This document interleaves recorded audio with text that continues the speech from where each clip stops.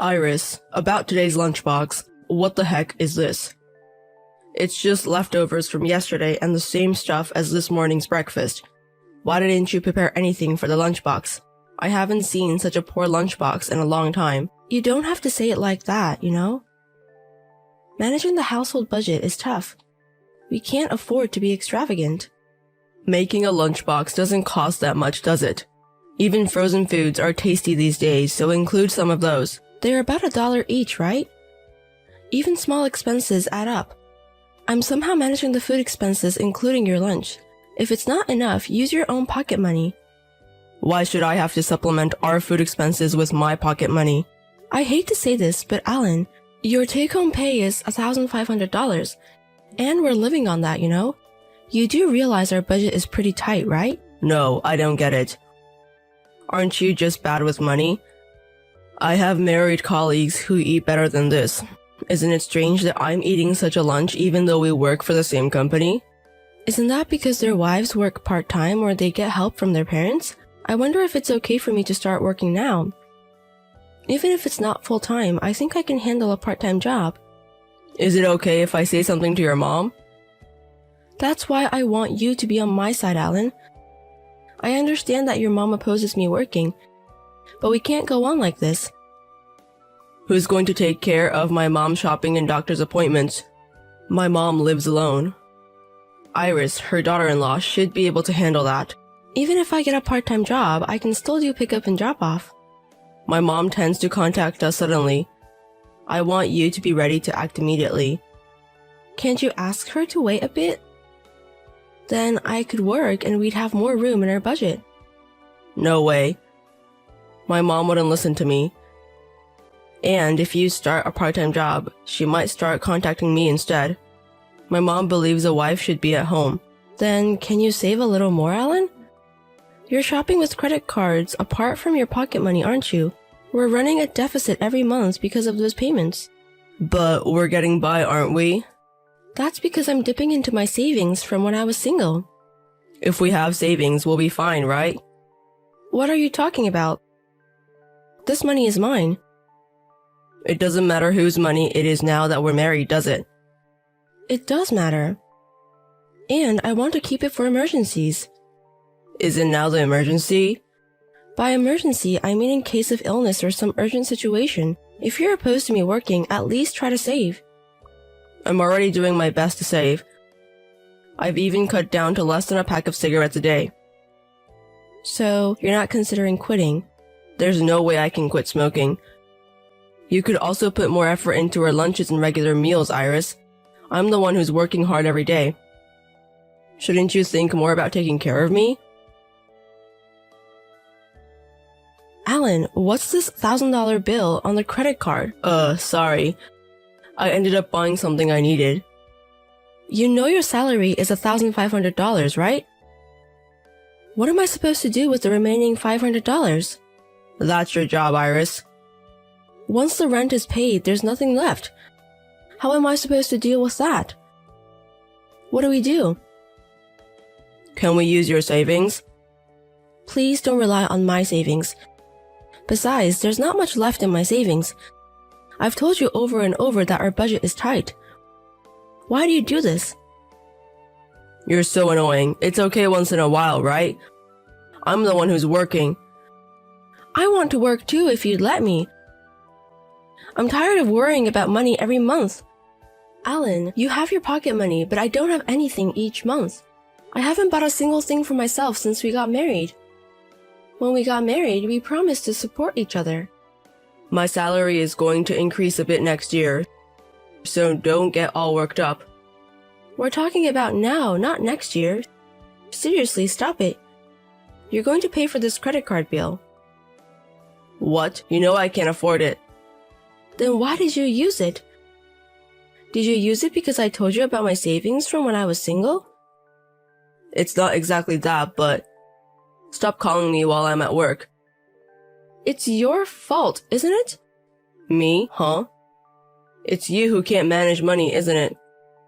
No matter how you look at it, our finances aren't balanced. I don't want to talk about money anymore. Yes, that's it. End of story. Wait, it's not over yet. When you get home, we'll talk it through again, alright? Iris, if we argue about this at home, I'll lose my temper, got it? Why does it always end up like this? Our meals are so modest every day because you can't handle money, right? I'm working hard, yet all you do is complain. You're the one not doing anything. Don't you dare talk to me about money again. It's all because you spend too much, isn't it? What else do you want me to do? That's your job to think about it. There are even people on the internet and TV who live on $100, you know? You're lacking creativity, that's all. Don't just blindly accept that. I'm saying most of it is gone just paying rent. You're so annoying. Enough already, I'm not coming home tonight.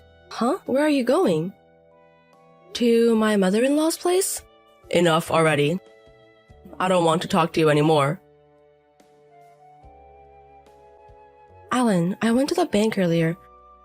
There was no paycheck deposited. You're not late on your paycheck, are you?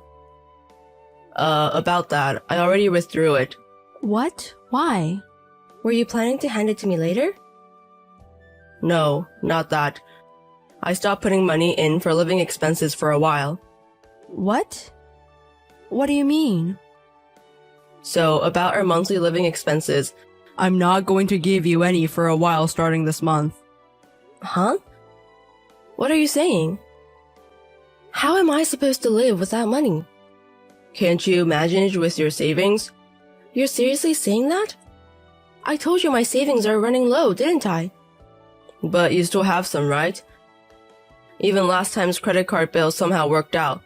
You keep saving, save when you have money. I'll be in trouble with the paycheck. Are you doing this because we had a fight? You're cheeky for a parasite. You should be more grateful to me.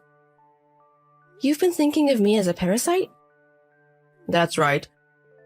You're jobless and just eating, right? Isn't the word parasite a perfect fit? I've been doing house chores and going to your mother-in-law's house. I think I'm doing quite a few things. It's not like I'm not doing anything. So, is that making any money? All you do is things that don't earn a dime, yet you act so high and mighty. I've never acted high and mighty, have I? You were lecturing me. You can't live without me. Don't ever tell me to save money again. It's crazy to corner me financially. It's your fault for not understanding my position. So, what are you going to do? Are you going to kneel and apologize when you get home? I've had enough. What do you mean by enough? I'm sorry. Oh, you're apologizing. Then promise me you'll never go against me again. I'm looking forward to coming home today. Depending on your attitude, I'll think about whether to give you the paycheck. Hey, Iris. Why aren't you home? You didn't even prepare dinner. Did my mother-in-law call you over or something? No, not that. I left the house. Huh? Weren't you supposed to apologize? I've done everything I can. You ran away from home because you can't get living expenses from me. You should just apologize quickly instead of being stubborn. I'm the one earning money, so you're the one who'll suffer, I wonder how long this will last, How will the parasite live, I won't be in trouble, but you're going to have a rough time. You should be worried about yourself. What are you talking about? You're the one who'll be in trouble, right? Why am I having trouble? You can't survive without my paycheck and you're homeless, right? Your parents are already dead. You don't even have a place to go back to. If that's the case, don't worry. I've already found a job and a place to live. What? I've been job hunting, so it was perfect. Job hunting? Hey, it's forbidden to work in this house. I know. I was planning to get a divorce, so I left. Divorce? Why? Are you serious? Why would I lie about something like this? You kept telling me to save money every month because we're running a deficit, but you don't cooperate at all. If you knew I had savings, you'd spend even more. To top it all off, you've been economically sanctioning me because I'm cheeky. Do you think I can live with someone like that? What are you saying? Iris, just come home for now. At a later date, I'll visit the house with a lawyer. Why is a lawyer coming? I just want to talk to you. I'm bringing a lawyer because I don't think we can have a decent conversation, just the two of us. When we get a divorce, there's also the matter of property division. Well, we don't have any joint property, so it'll be about appliances and the car. Don't rush things. I want to discuss the divorce first. What's there to discuss now? That is, it's about the future, so to speak. If Iris was that worried, I thought I would compromise a little. I don't need that, huh? I'm getting a divorce because I'm tired of living with you, alright? Finding a middle ground by discussing things with each other. It's not on that level anymore. But it's harsh to suddenly talk about divorce.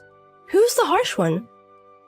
You only have $1,500 income in each month, but you spend more than that, right? Even when I try to save, you just complain. All my efforts feel wasted.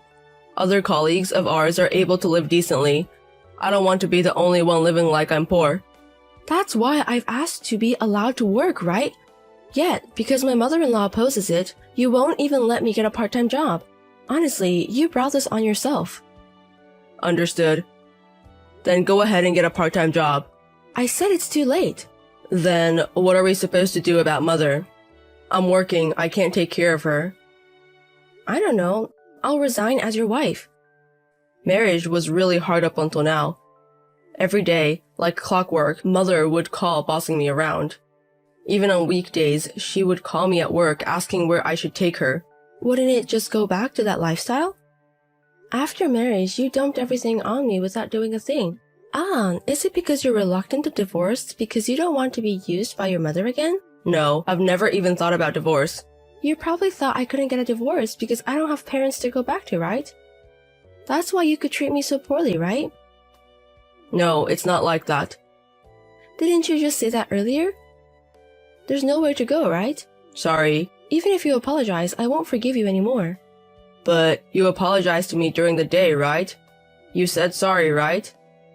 Didn't you feel at least a little bit guilty? I can't take care of you anymore, I'm sorry. That's what I meant. Iris, do you really want a divorce? Because of all the things that have happened? Plus, Alan, you can do as you please without me, right? No more nagging lectures from me, right? No, I'm bad at managing money. See? You just wanted to dump all the troublesome things onto me, right? I don't want to be with a husband who doesn't value me. From now on, I will value you. I'll save money and I won't side with my mother but protect you, Iris. That's what I wanted during our marriage. But I'm glad I got to know your true colors early on. I had some good memories during our courtship and early marriage, so it was hard to decide on a divorce. But thanks to this, I've made up my mind. Iris, I'm sorry. I can't live alone. Please, come back. Please. What you're worried about is not having me around to do everything for you, right? No. I want Iris back because I love you, because I care about you. You love me. Just words of love are annoying. If you really felt that way, you would have shown it in your actions. And you wouldn't have pushed me to the brink economically. I'm sorry. Like I said, it's too late to apologize now. Oh, I haven't paid this month's rent yet. And I haven't deposited the money for the credit card payment. I only have $800 left from this month's salary. I don't know, you're the one who spent it. Ah, that's right. Why don't you try the ingenuity you always talk about? You can live on $100 a month, right? You should try your best. He kept reaching out, insisting he didn't want a divorce. But my feelings weren't about to change. When I told him I was ready to seek mediation if he wouldn't agree to divorce, he begrudgingly signed the divorce papers. There were no savings for us to divide, but I managed to get some of the appliances and the car we bought when we were newlyweds. Afterwards, my ex-husband gave up on renting his own place and moved back to his mother's house, his childhood home. Since then, he's been swamped with looks after his mother and housework, leaving no time for himself. Leading a busy life, or so I hear. To be blunt, his mother is a toxic parent, a person who seems to consider her son, my ex-husband, as her own property. As a result, when he moved back home, his mother took all his earnings, and he returned to the poverty-stricken life he once led. Before we got married, I felt sorry for him and wanted to support him, but now his words and actions have left me with no such feelings. After that, I got a job with housing included, and I've been living a busy but fulfilling life. Since it's company housing, I can save more than if I lived alone, and the working environment is also good. It feels like I've suddenly arrived in heaven after a hellish marriage. Our marriage lasted less than 2 years, but life without the freedom to change, even a single favorite snack or drink, was really tough. For a while, I planned to spoil myself, indulge in some luxuries now and then, and heal myself with the money I earn. For now, I'm not interested in dating, but if I ever get the chance, I'd like to choose someone who can manage money well. Money isn't everything, but the way you use it can change your life. To that end, I want to learn more about financial literacy and start building a solid foundation for my life once again. Anna, I'm sorry, I can't pick her up today. I thought you were going home early today. No, I'm sorry, but it's my job, right? That's what I'm talking about. Bye. That's not always the case, James. I'm working a full-time job too, and I don't want to be told out of the blue. I haven't finished work yet. I told you, it's my job too. I can't help it. Stop mumbling, it's too much work. Well, look, I'll give you extended care, then you can pick her up, right? Okay, so what time is James coming home today? Well, I don't know about you, but I'd like to get this done before the last train. Well, I have to work tomorrow, and I'll be home before I get too hungover. Oh, wait, you can't pick up Eve because you're going out for a drink? Not for work? No, it's not work. Drinking is part of the job. You work for a living, but you don't understand. This is why women are so carefree. I guess it can't be helped if you're entertaining, and I'm not saying it's wrong to go out drinking. I wonder why I don't understand. Besides, I have a full-time job because you said you'd help me with childcare. What? What are you saying? It's my fault? Who was providing for you while you were pregnant? Women work too, you know? The time when only men make money and women have it easy is over. Even my colleague Smith's wife works hard, you know? You're too spoiled with little to no overtime. How can you blame me for that? But Mr. Smith, the kids are big enough now, right? Eve is only 3 years old, remember? I have to watch over her and she needs a lot of help. It's hard enough being alone. You just have to have a little patience. Oh, it's so loud. Don't tell me what to do, big man. Kids will be kids. Don't be a wimp because the smaller sizes make it easier to handle. Well, I'll leave Eve to you. Bye. How's Eve feeling? Has her fever gone down? Are you okay? Is it getting worse? Oh, it's okay. I'm already sound asleep. Well, thank God. You took her to the hospital, didn't you? What did the doctor say? They say it's just a cold. It got cold all of a sudden. That's probably why. Just sleep quietly and you'll get better. You're overreacting. Because she had a really high fever, and I had to go to work, so I didn't have time, and I was worried about her. Don't take on work on your days off, you know? What kind of woman with a kid would normally go there? What the hell are you thinking? I just lost a day of my holiday weekend. You have a child and from now on refuse to work on holidays. It's so bad that it falls on a holiday weekend. I'm sorry, but you said a week ago that you could take care of Eve on this day. I'm a full-time employee. I can't just not go. It happens every few months or so, so help us out. They didn't say no, did they? Just ask them. It's free. So, when are you coming home? I think it'll be around 6 p.m. Oh, 6 p.m. Come home as soon as you can. Yeah, I know. Well, take care of Eve. Eve, when she has a cold, she likes it when I grate an apple for her. I'm sure that even if she doesn't have an appetite, she can eat if it's theirs. Yes, okay, just do it. Don't tell me what to do because it pisses me off. James, where are you? Hey, James, what are you doing? What's going on? I thought you were looking after Eve. James! James, we need to talk. That's enough. Shut up. You're persistent. What the hell? What the hell is that? What? 2 days ago when I arrived home, Eve was alone and limp. Where have you been, leaving your sick child alone? And there's no hospital meds anywhere. You didn't take her to the hospital, did you? I was going to take her with me, but I couldn't because I had something to do. I gave her the cold medicine we had in the house, so why not? Huh? What's there to do? There were signs of drinking, but drinking is what you do. And why aren't you here? I asked you to take care of her, didn't I? I took her to the hospital as soon as I got home and they said she had the flu. What were you going to do if I came home late? How can you leave one little kid like this behind? Shut up. We're on a holiday weekend. My friend invited me to go fishing, so what could I do? They said they would send a boat for us, so why not? I want to enjoy my vacation too. I know you'd be back, so I'll give you a little something. I'm losing my day off because you're working on your day off. Would you choose fishing over a sick daughter? Vacation is vacation. She's sick. You know how I love to fish. It's what keeps me alive. How will I live if they take away my purpose in life? Is fishing so important that you leave Eve alone? Hey, how do I live? What time did you leave home? Since when did you leave Eve alone? Maybe 10? Maybe? Did you leave it alone that long? What were you going to do if something happened to her? Oh, no more peevishness. She was sleeping peacefully, so I figured she'd be fine. In fact, nothing happened, so why not? You're overreacting at every turn. Did she sleep peacefully? She was just too tired to move, that's all. Can't you see that? You are persistent. Seriously, it's too much for you. I'm having a great time, and now I feel bad. James has changed since we got married, hasn't he? And before Eve was born, you said I'd help out. But in reality, I'm left to do all the childcare and housework. I thought you'd be cute about Eve, but all you do is talk about yourself. That's enough. I'm divorcing James. Huh? Are you saying it's all my fault? You used to listen to me and be so sweet before we got married. All you've been doing lately is complaining. I've been duped.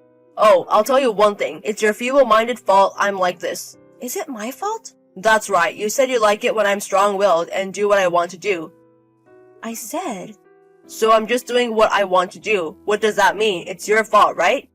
I mean, you can't blame me for being wrong. Do you understand? You're the bad guy.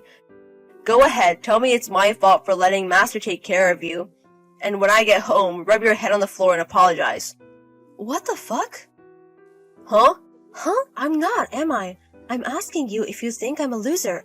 If I'm not good enough, you're not good enough. You lick women too much, you know? I work for you because you don't make enough money, right? What position are you in when you say you provided for me when I was pregnant? Of course not. Whose kid do you think you are? How can you say that when you are raising your own children? Anna, what's up?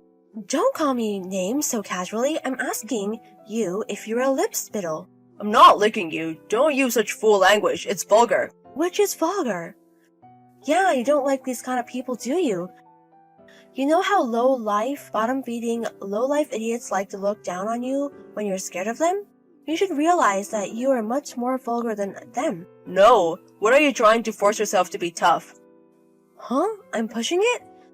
At my age, of course I can take care of myself, right? But I made the mistake of caring about you.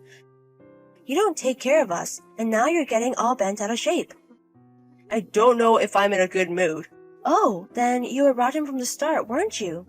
That's you, right? You like quiet women because you think you can do whatever you want, right? If it's a tough person, she will talk back to you, and that's scary.